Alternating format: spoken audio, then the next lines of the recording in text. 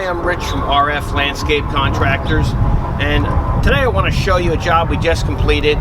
It's a patio with retaining wall, drainage system, and also an outdoor sump pump.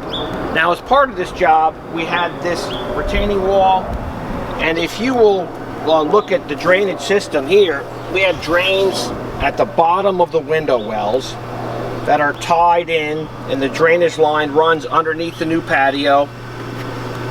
You have cement at the bottom, and these new galvanized window wells. The retaining wall curves around, and anytime you're doing a retaining wall with a curve, you have to radius cut each block for the radius of the curve. We have another window well drain behind the air conditioner over here.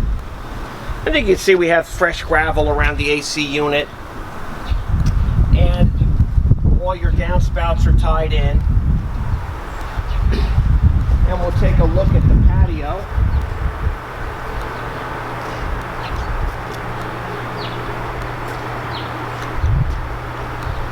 Now this is Teco Block Blue 60 in shale gray. The drainage system runs underneath the patio, as I had said before.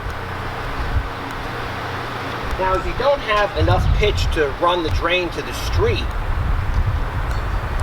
in a case like that, you have to install an outdoor sump pump.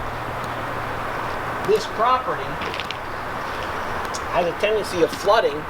A lot of water just comes pouring down from neighboring properties. So we constructed what this actually is. It's a dry well with a catch basin in the center and a pump.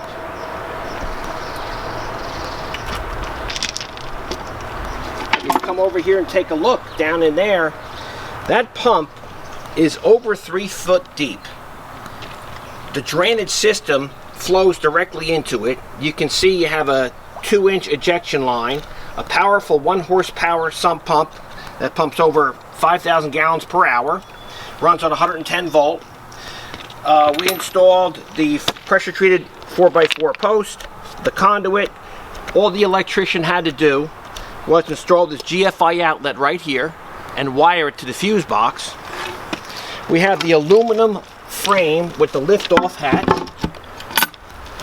Very low maintenance. Additionally, we have the modified drain box and a trench drain. So when the water flows toward the property, it'll just disappear directly into this trench drain and flow directly into the dry well with concrete basin and sump pump. And it doesn't matter how much water flows in. It's going to pump the water at 5,000 gallons per hour, 24 hours, 7 days a week. You're never going to see water here again. And it's a flood-prone area. The bottom line is, project like this, you have to integrate the drainage system into your hardscape. A lot of the times what happens, companies will either specialize in hardscaping or drainage without integrating the two together properly.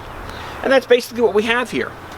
So the ejection line runs out toward the street, and that's basically it. And thank you for watching.